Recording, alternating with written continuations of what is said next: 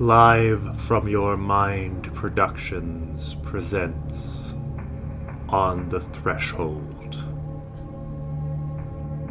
Episode 6, Civilized Part 3.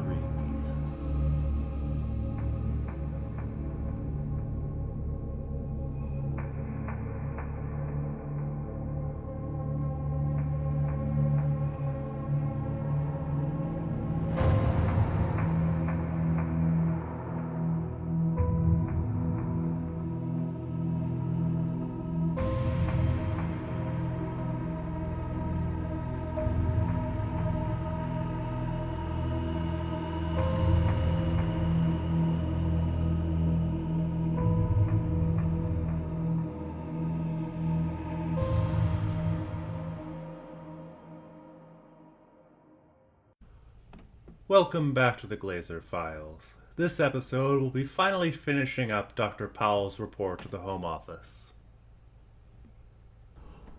August 12th, 1887.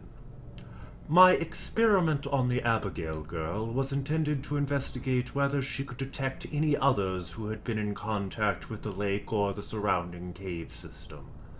Considering the parallels of her dreams with what Colm claims to have seen, there bears the possibility of some sort of underlying connection to the lake under the castle, perhaps acquired when she fell into the cavern.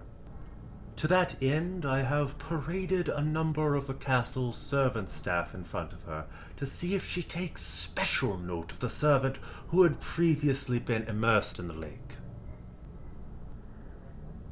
She demonstrated no particular reaction to him, nor Erasmus, so I consider the experiment inconclusive. When she saw Adam again, she squealed with positive delight and asked to visit the lake with him, to which he agreed like an indulgent parent. Though I can't account for it, I felt obliged to say that she should not be allowed in the lake itself, as she could not swim under the best of circumstances, let alone with her broken leg. Baron Erasmus seemed particularly agitated when I asked for his involvement, being almost incapable of looking at the child, but I decided against questioning him on the subject. What I had initially planned to be a quiet, contemplative lunch by myself afterwards turned out to be one of explosive confusion and revelation. Constable Wiggs marched into the dining room alongside two mean-looking men I take to be his henchmen, demanding to see the indentured servants. I was surprised at this question and informed him indentured servitude was no longer legal in the Isles. He said he knew this now, and so was most perplexed that Lady Alexandra Brown had told him that she had taken on the traveller woman and children to pay for their crimes in lieu of state punishment. At this, Alexandra entered into the dining room and insisted that there had been a misunderstanding. Indentured servitude is still legal in the Indian colonies, and the family had been sent there. In reply, the constable redirected his line of inquiry to demand information about the apparent breaking and entering of the constabulary the previous evening. Not only had the traveller man been freed from his cell, but his personal vault had been broken into and his banknotes stolen. Alexandra claimed ignorance. An ever-reddening Constable Wiggs said that he had witnesses to place Adam in leaving the scene of the crime in its immediate aftermath. Alexandra calmly suggested that if he had such evidence, then he should present it to a judge and gain a warrant for Adam's arrest. The constable stormed off, presumably to do just that.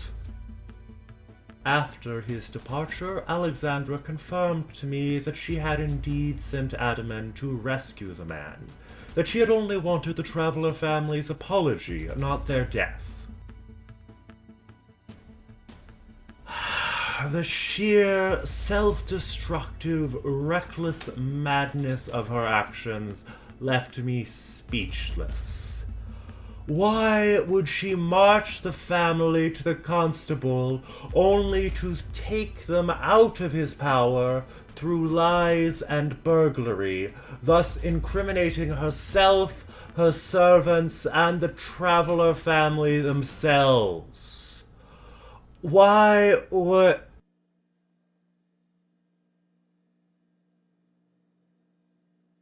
I've just had to insist that Baron Erasmus attempt sleep.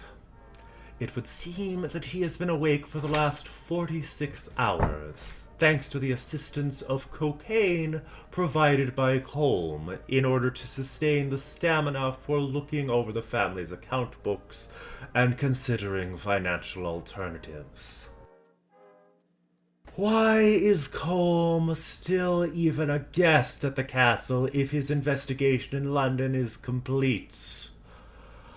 I am starting to envy the physicians of Bedlam for the sanity of their working environment.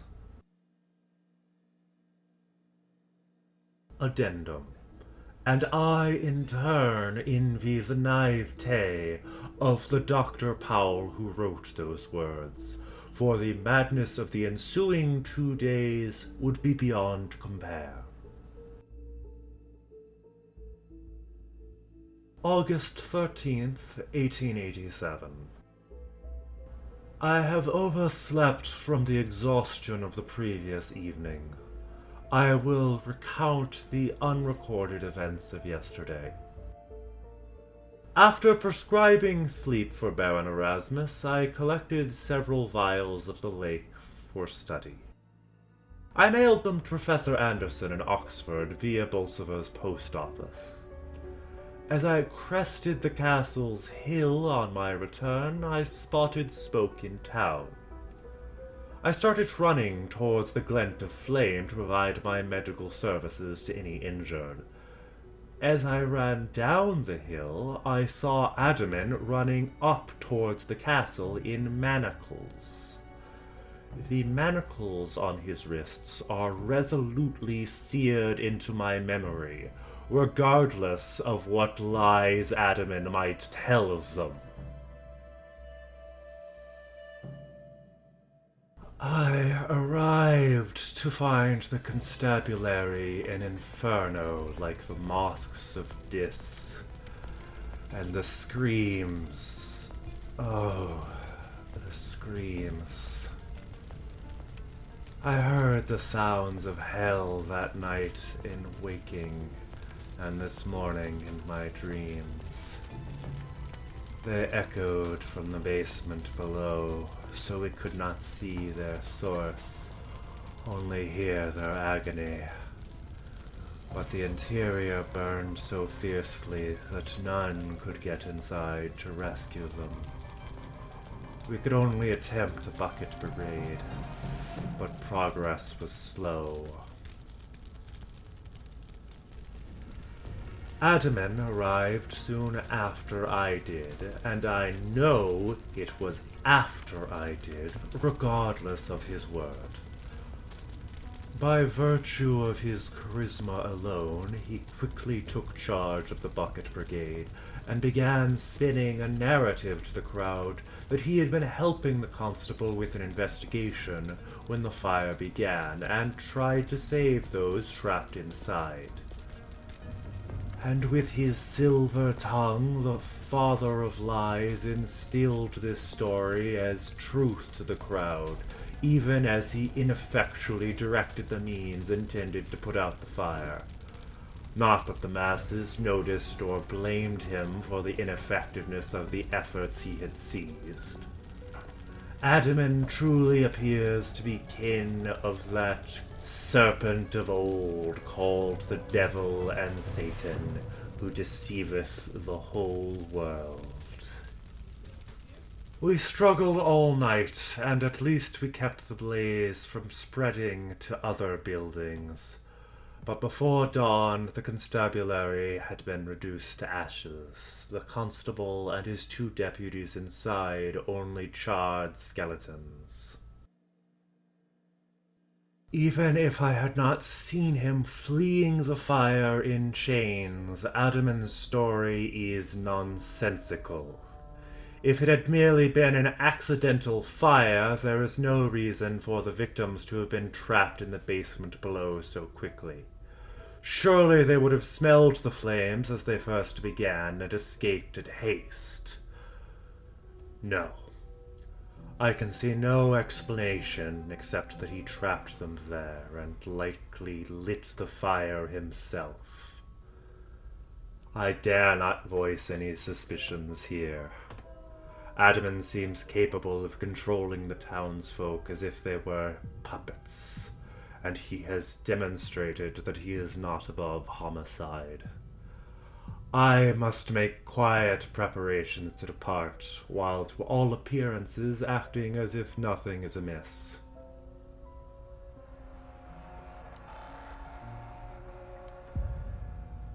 Baron Erasmus is gone. Alexandra claims that he departed for London last night.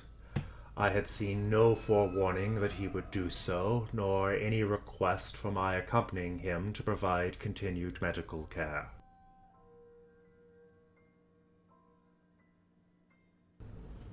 In response to our request some days ago, 2 young geologists arrived late this afternoon from a nearby university of little account. A Mr. Edward Grayling and a Mr. James Paver. Though they attempted to conceal it, judging by their demeanor, I suspect that their interest was less scientific than commercial. I imagine identifying coal seams is an excellent means of private sector career advancement in their field. Regardless of their intentions, as I descended with them once more into the caves, they made numerous comments to one another on the qualities of the limestone, though I confess to not entirely comprehending their technical verbiage. When we arrived at the lake, Mr. Paver observed that the large rectangular boulder on the edge of the shore seemed quite out of place. Not only were there no sandstone deposits like it in the area, he couldn't recall where one of its precise blue-green hue could be found at all. Assuming its placement was artificial, which seemed likely given its relatively regular shape and distance from any deposits, we speculated as to how anyone might have moved it into the cavern, as much of the cave would have been too narrow for it to fit. We set aside those mysteries for the moment and embarked on the rowboat to attempt to measure the lake's width, leaving a lantern behind us on the shore to guide our way back. We rowed further and further onward, ever confident that we were moments away from striking the other shore, but it continued to elude us. Though none spoke, the growing anxiety within each of us was palpable as the light from the lantern on the shore continued to shrink until it was little more than a pinprick.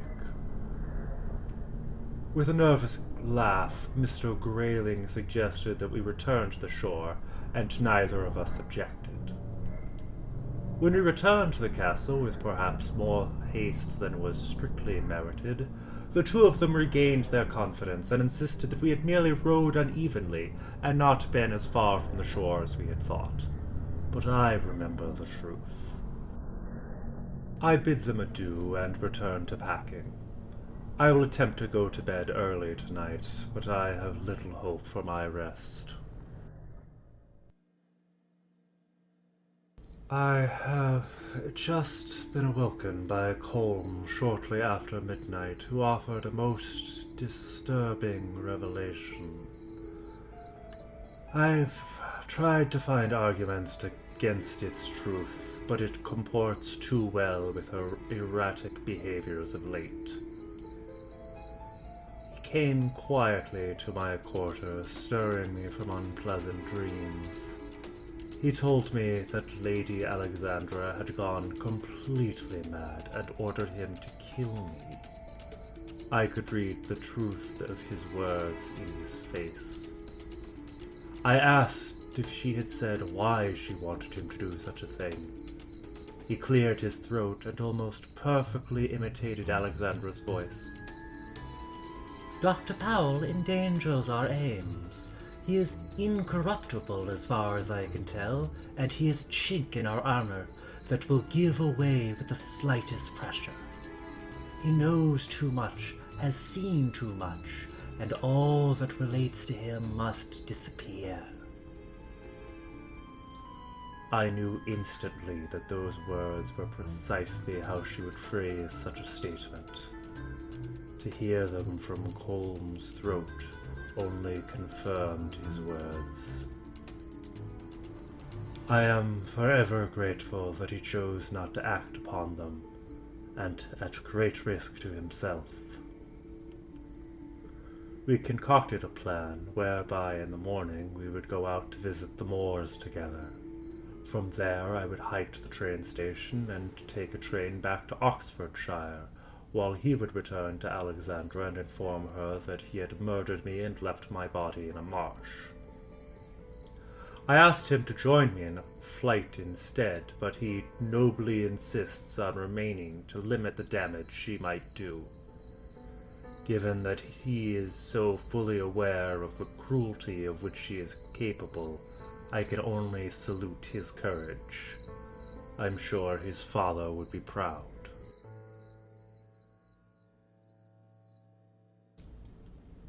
Addendum. I still remain puzzled as to why Alexandra sent Colm to kill me rather than Adaman, as Adaman clearly had no qualms against murder and would have been more than capable. Perhaps her madness worked in my favor that night. August 14th, 1887. Though my concerns for Colm's well-being persist, I, at least, am currently safely on a southbound train. During our trek together, Colm shared some of his findings during his investigation in London about Baron Erasmus's blackmailing and kidnapping. He said that the elusive blackmailer I had known only as the American was in fact a Mr. Samuel Quinton, director of the Pinkertons' London office.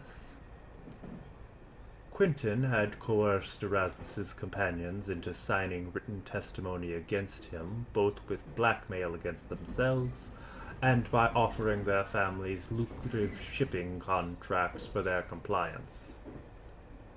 Colm has further determined that the Baron had been held captive in the basement of the Westminster Hospital. Even after the invigorating hike, I am deeply tired. If only my nerves and my dreams would cooperate, I would deeply enjoy some rest. I will try again. August 15th, 1887. I never thought I would have loved my Oxfordshire address this much, but it has been precisely the respite I've needed. I've spent the day putting my little residence in order, acquiring food from the grocer, taking solace in the classics, etc. But even surrounded by the comforts of academic domesticity, I remain uneasy. I awoke this morning to a sensation of choking and only slowly regained my breath as I shook off the tyranny of hypnos.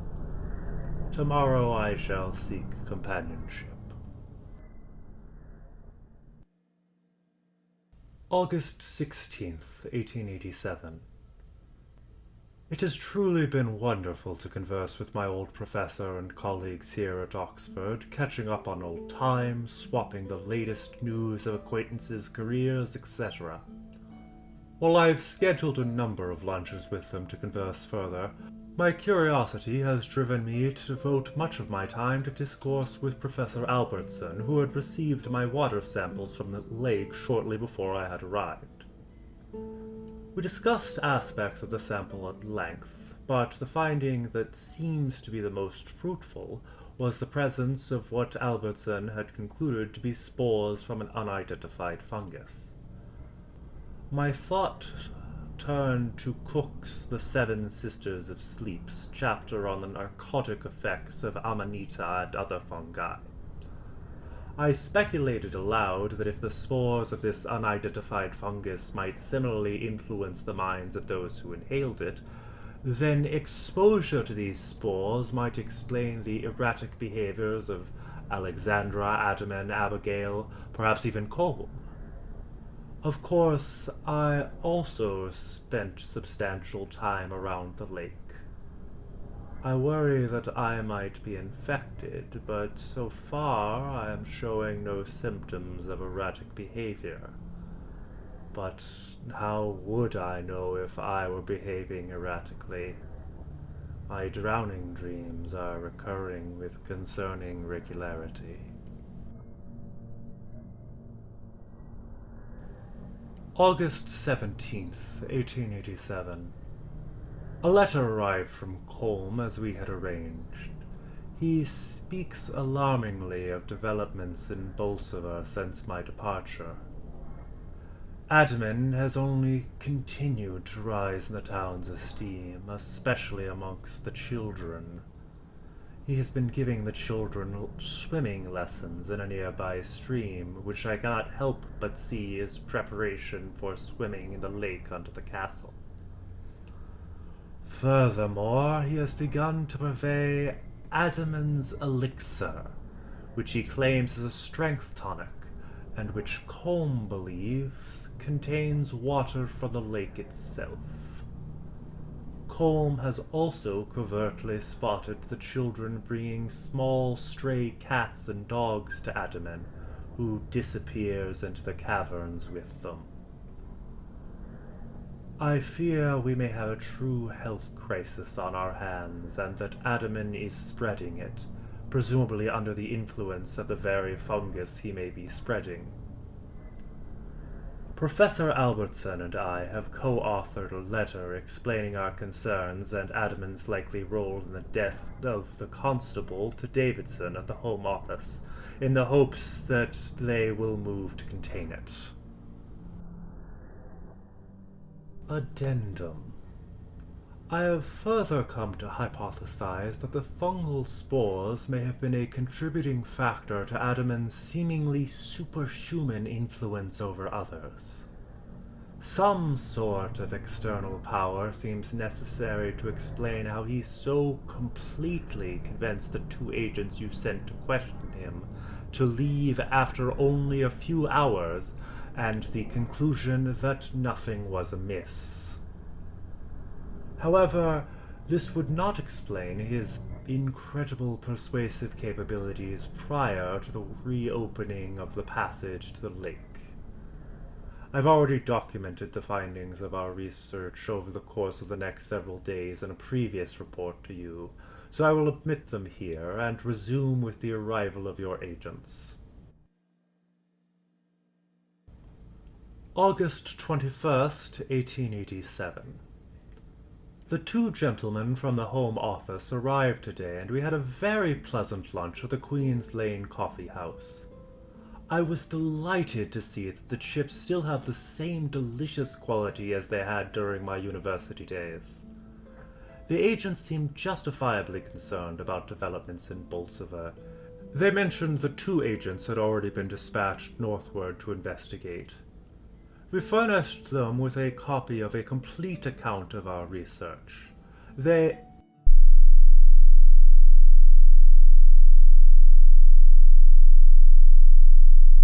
I think I may have just nearly experienced a heart attack. I praise fortune that I recognized the symptoms in time. I imbibed some salicylic acid and nitroglycerin before chewing on willow bark as I laid down and breathed slowly. Perhaps the strain of the past week's events has not alleviated entirely. I rest now. August 22nd, 1887.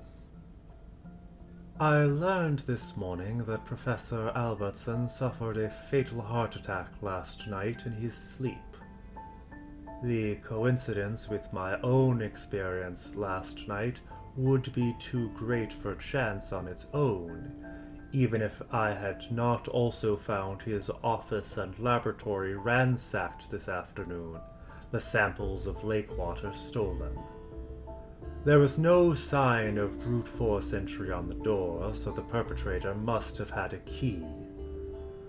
Perhaps we were too liberal in disclosing the fruits of our labors to our colleagues, for it seems that someone has stolen the tree and burned its roots. I no longer know whom to trust. Addendum. I strongly suspect that Professor Albertson was murdered with poison, and that the murderer attempted the same upon me. He, or someone in league with him, was presumably the same figure responsible for sabotaging our research. The autopsy was unable to conclusively prove foul play, but that is little proof. Many concoctions could produce such an effect and evade detection, such as various cyanide compounds. I can only guess as to how the poisons were administered. August 23rd, 1887. I sputtered my tea all over the Daily Telegraph this morning as I read the news. I hadn't even known that Lady Alexandra had returned to London, let alone that she had sufficiently returned to the good graces of her Aunt Adeline to be a guest at her manor. Of course, I had known that she was under an appreciable mental strain, but to repay her aunt's hospitality by drawing her into such a scandal is simply abhorrent. I can only speculate what effect this will have on her brother's already delicate constitution. Surely this must have been the result of the lake's effects upon her mind. I can only pray that she will be its final victim. I met with Colm today, and he informed me that Erasmus had arrived shortly before the tragedy, startling the servants with his haggard appearance and disturbed demeanor, demanding to see Alexandra. Colm said several of them vividly remembered the Baron screaming the phrase, "child sacrifices." Addendum. I leave it to your office to determine the precise causes of Erasmus's breakdown and outburst. I have been unable to reach him since, and have been led to believe that he has taken up reclusive full-time residence at Bolsover Castle. Based upon my ongoing correspondence with Reverend Thomas Charles Hill, no children have been missing from Bolsover, and with Adamant's sudden departure to parts unknown, which took place shortly after this, the town seems to have largely returned to normalcy, though the children's theological questions to him have taken strange turns of late. Colm quietly returned the traveller infant to his family. It would seem that the Brown siblings had intended to christen him as a legitimized bastard of Erasmus, being unwilling to produce their own heir naturally due to their proclivities. Thus, if there were any such sacrifices, the children must have originated from elsewhere. Regardless, I fear for whatever destination Mylan Adamant has departed, surely with more than enough samples of the lake's water for whatever sinister purpose he intends. Moreover, I fear his collaborators, whoever was responsible for poisoning us and taking our work. Whether and to what degree they are in league with those who kidnapped Baron Erasmus Brown still vexes me.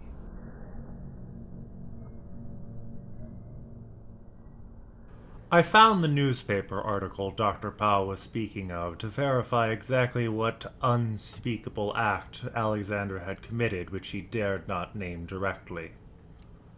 On August 22nd, she was found dead of a presumably self-inflicted gunshot in the guest bedroom in which she was staying, shortly after Erasmus's arrival at their aunt's estate, where his incoherent raving alarmed the servants.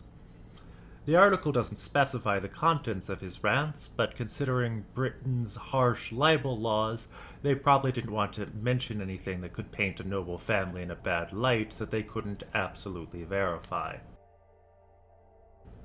To be honest, I still don't know what to make of all this.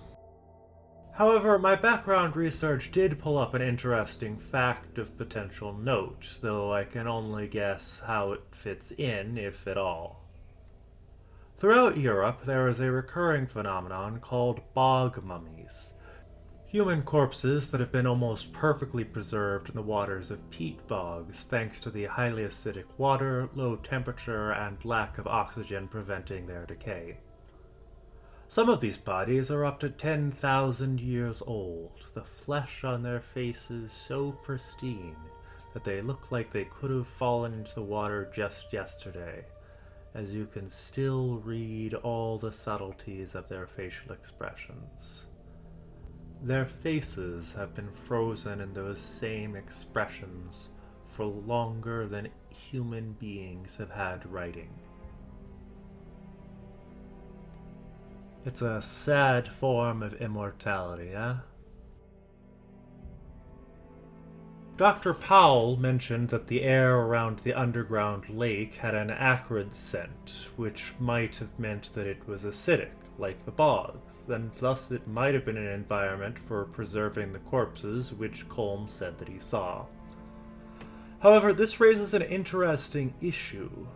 Dr. Powell describes the caves as being limestone, but limestone is often used by farmers to make soils less acidic. So if that should be keeping the water neutral, then what could be making such a large body of water acidic? If any of you listeners out there know more about chemistry than I do and you have an answer, be sure to let me know. Once again, I feel like we're left with more questions than answers. But thanks to one observant listener, we have another lead to follow. She thinks she may have identified an anonymously published collection of poetry as the very poems that Erasmus was writing to describe his otherworldly experiences, which Dr. Powell briefly mentioned. I'll see you then.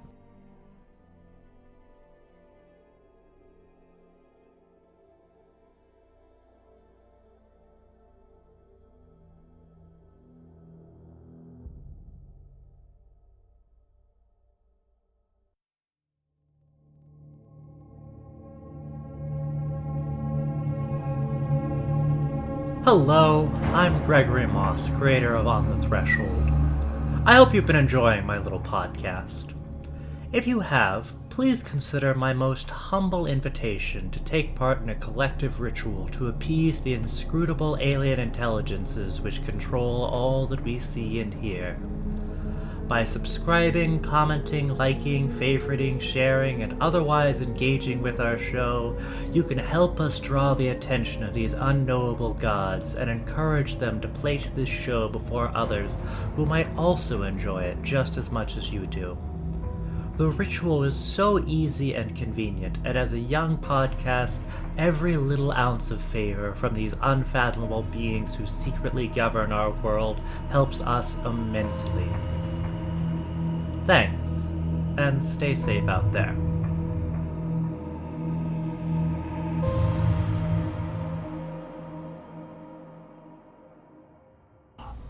On the Threshold is produced and distributed by Live From Your Mind Productions under an Attribution Non-Commercial Share-alike 4.0 international license.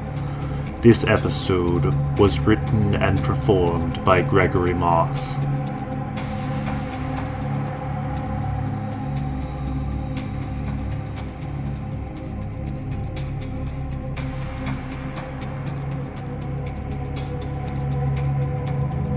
On the next episode, The Brotherhood of the Mountain Unbowed.